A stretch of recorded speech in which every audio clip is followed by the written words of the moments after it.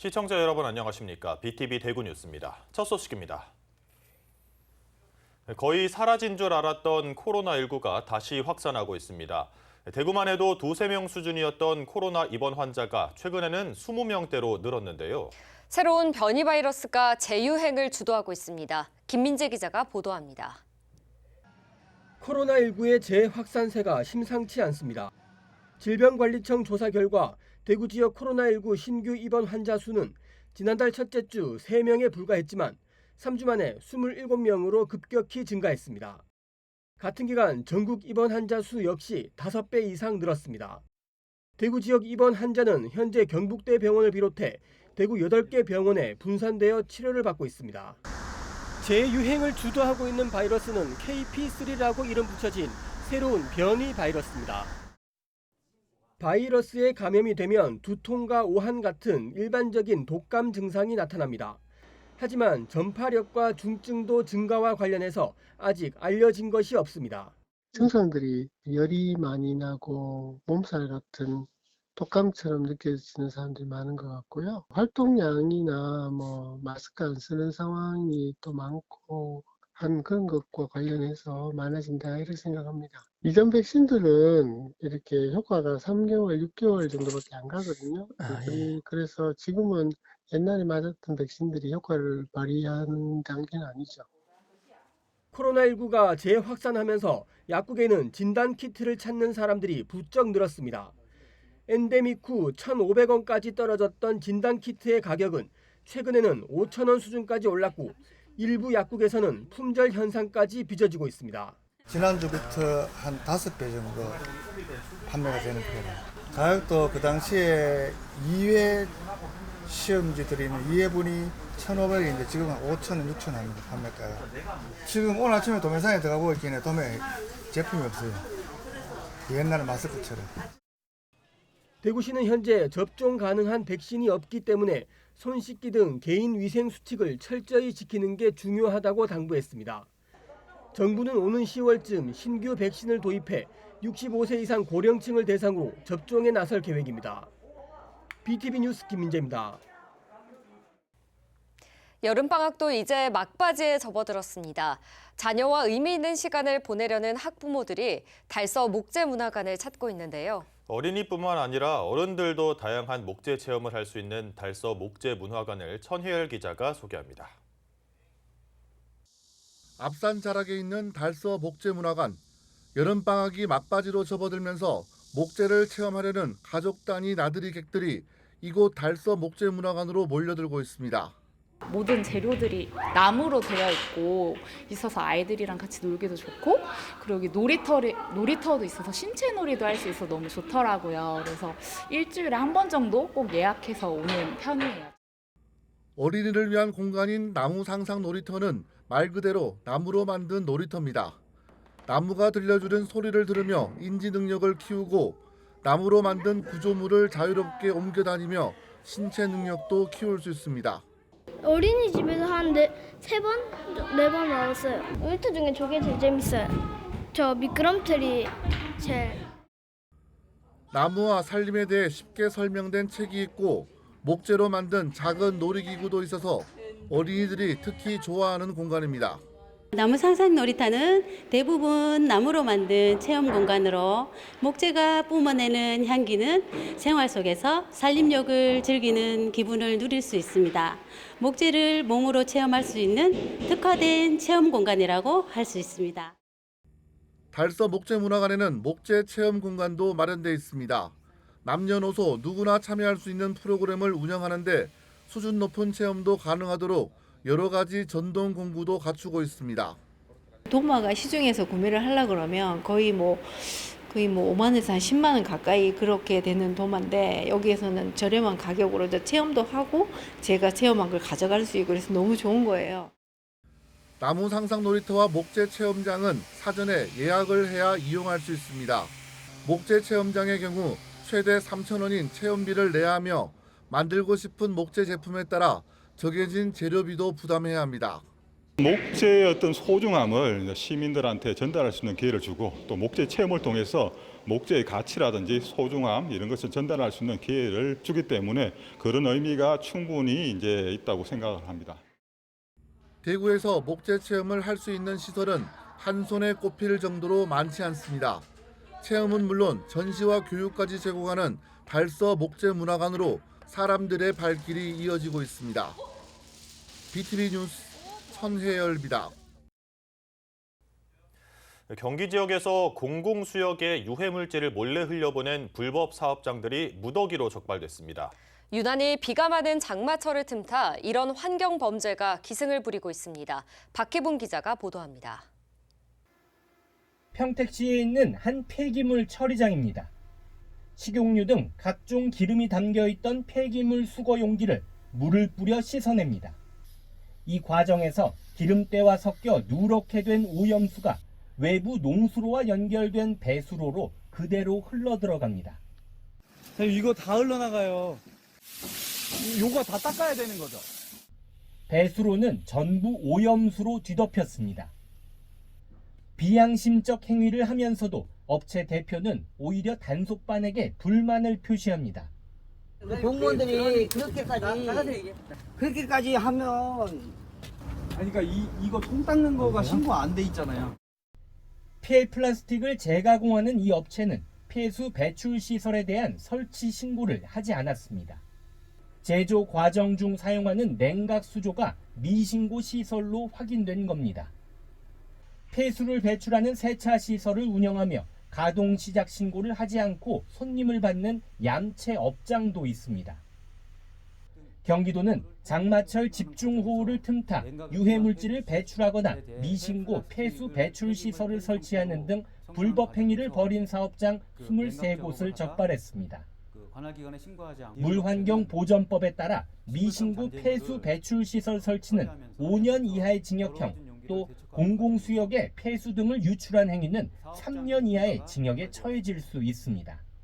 매년 장마가 이어지는 여름철에 수질 오염 사고가 빈번한 만큼 계속적으로 수질 오염에 대한 단속을 시행하여 사업장 관리자의 환경 의식을 제고시키고 환경 오염을 사전에 차단하도록 노력하겠습니다.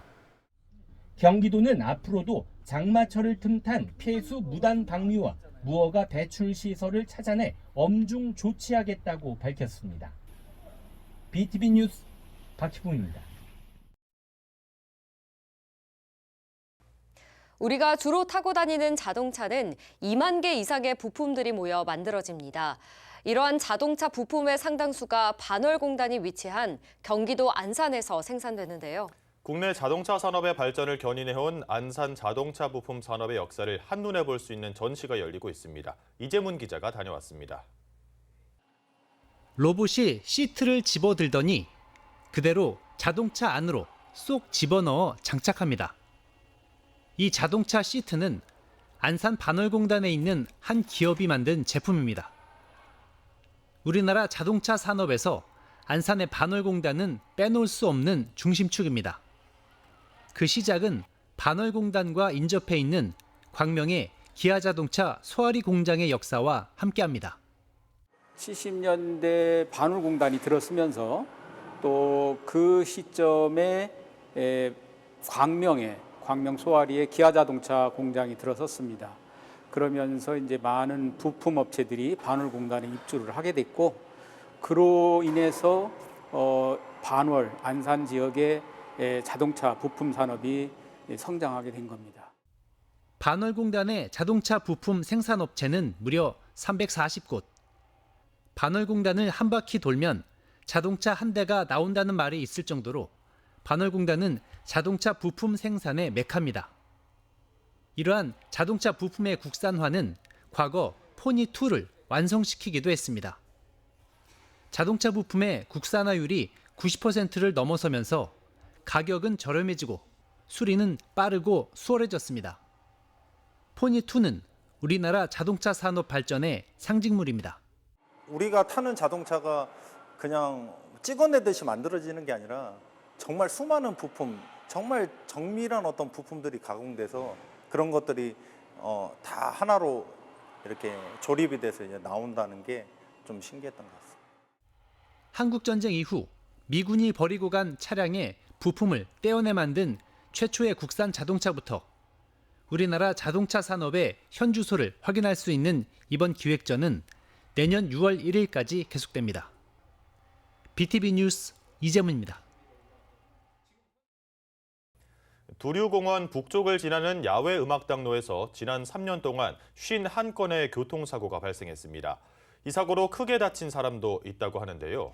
이에 대한 대책이 시급하다는 지적이 나오고 있습니다. 천혜열 기자가 전해드립니다.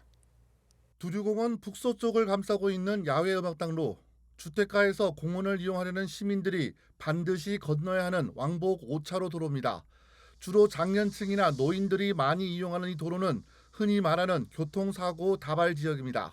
차도 많이 빨리 다니고 노인들도 많은데 무단횡단도 많이 하고 천천히 가면 되는데 빨리 가니까 나이 많은 분들이 세월이 천천히 가는 게 느리니까 그게 제일 문제 같아요. 최근 3년 동안 두류내거리 남쪽 교차로에서 옛 두류정류장 남편 삼거리까지 약 760m 구간에서 발생한 교통사고는 51건, 15건의 사고에서 안타깝게 중상자가 발생하기도 했습니다. 사고가 많이 일어나는 이유는 도로의 구조적인 문제가 가장 먼저 꼽힙니다. 두류공원 서쪽에서 문제의 구간으로 접어드는 진입로는 산을 따라 오른쪽으로 크게 휘어져 있는 형태입니다. 비교적 경사가 있는 내리막 구간이기 때문에 차량들이 속도를 높여 지나는 경우가 많습니다. 도로 가장자리를 따라 줄지어 서 있는 불법 주정차 차량도 운전자들의 시야를 방해하는 요소입니다.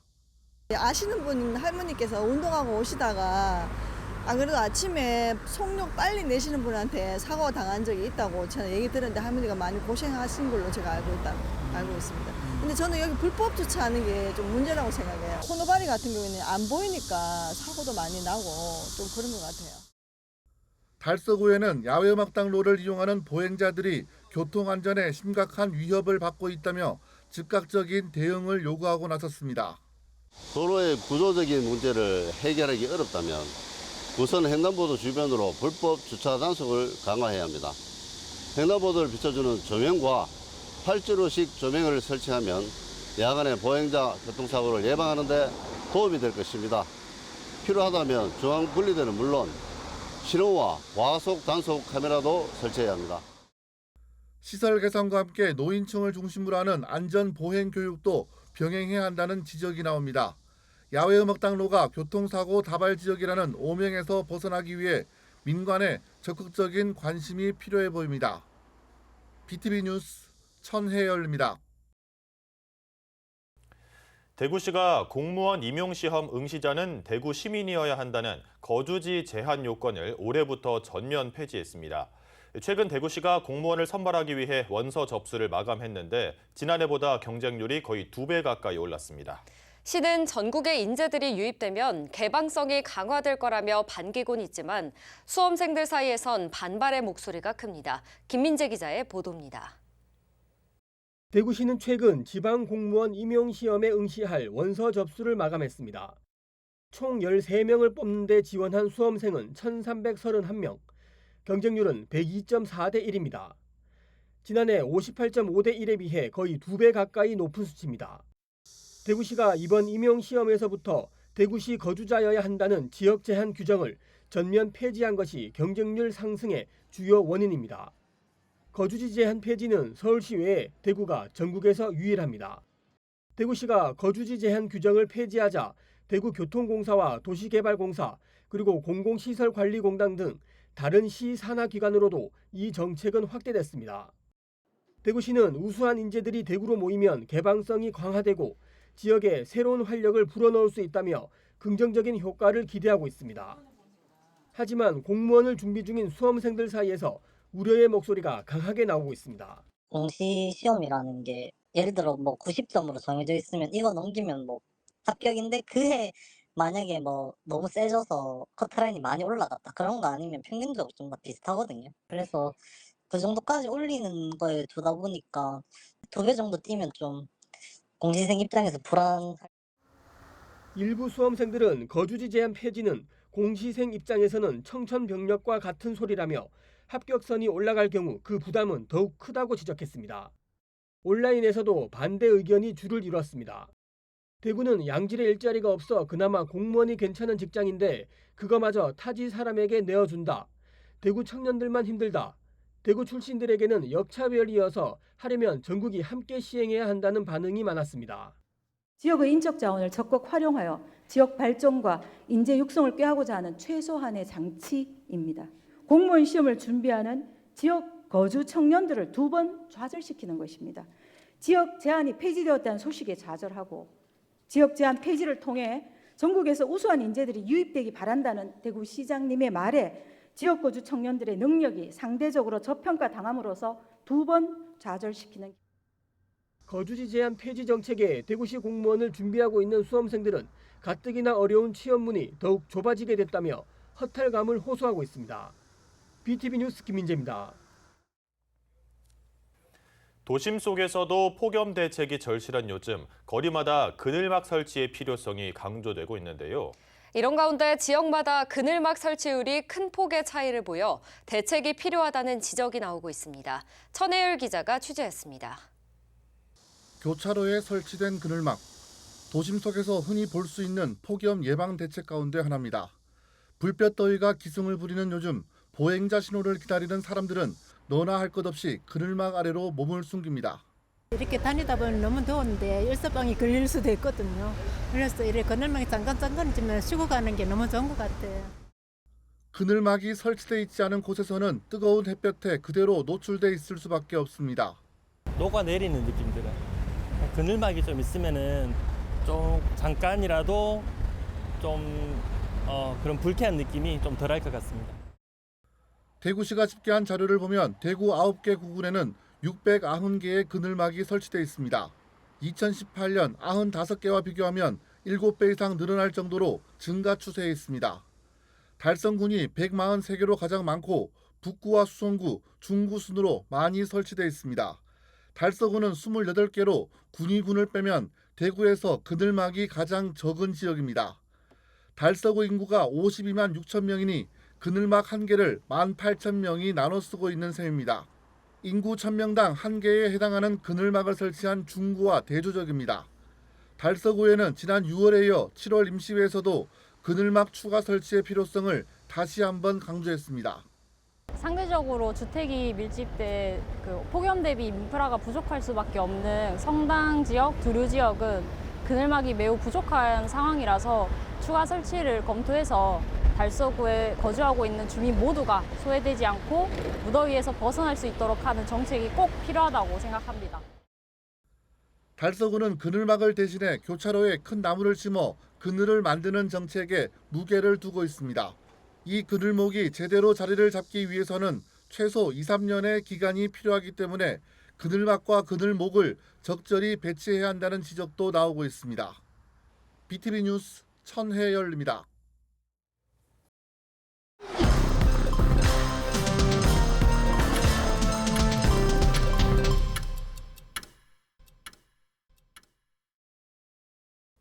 달성군이 양심 양산을 무료로 빌려줍니다.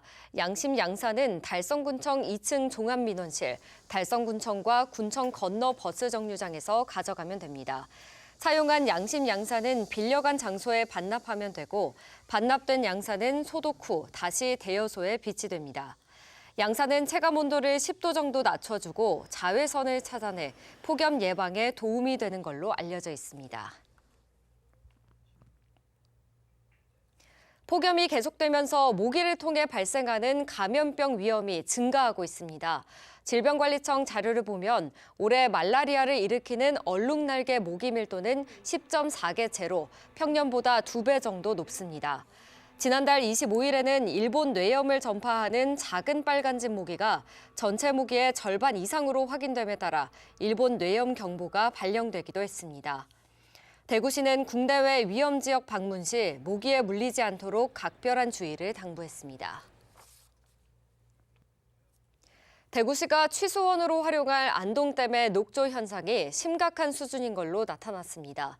대구환경운동연합 등 4개 환경단체가 분석한 결과 녹조를 일으키는 안동댐의 밀리리터당 남조류 세포수는 110만 개로 조류 경보제에 따른 분류상 조류 대발생에 해당한다고 밝혔습니다. 그러면서 유해 남세균이 내뿜는 마이크로시스틴은 독성이 강해 오랫동안 신체에 노출되면 인체에 치명적인 결과를 낳을 수 있다고 지적했습니다. 환경단체들은 대구시 취수원의 안동댐 이전을 즉각 중단해야 한다고 주장했습니다.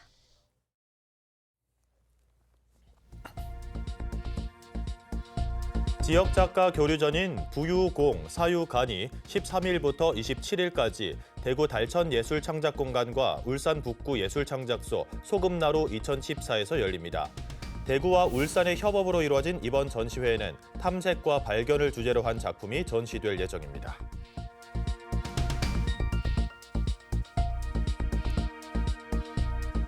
대구 서부도서관이 한 달에 한 권 향토문학 낭독하기를 운영합니다.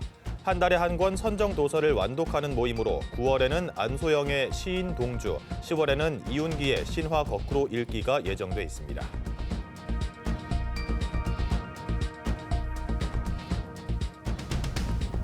남구청이 이달 말까지 남구에서 창업을 희망하는 청년 8명을 공개 모집합니다. 선정된 예비 창업자에게는 영업 공간과 장비 임차비 등 최대 2천만 원을 지원합니다.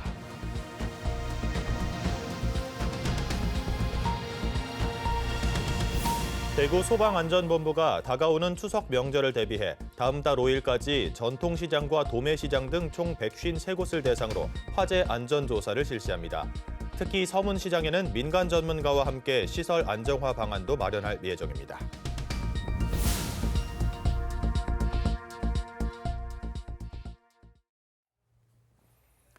펄펄 끓는 날씨 속에서도 마스크를 쓰고 다니는 시민들이 하나둘씩 늘고 있죠. 코로나19 새 변이가 나오면서 전 세계적으로 재유행 조짐이 보이고 있습니다. 초중고등학교도 개학을 앞두고 있어서 더 걱정이 큰데요. 기본적인 방역수칙 지키면서 건강한 여름 나시기 바랍니다. 저희는 시청자에게 힘이 되는 뉴스로 다시 찾아뵙겠습니다. 시청해주신 여러분 감사합니다.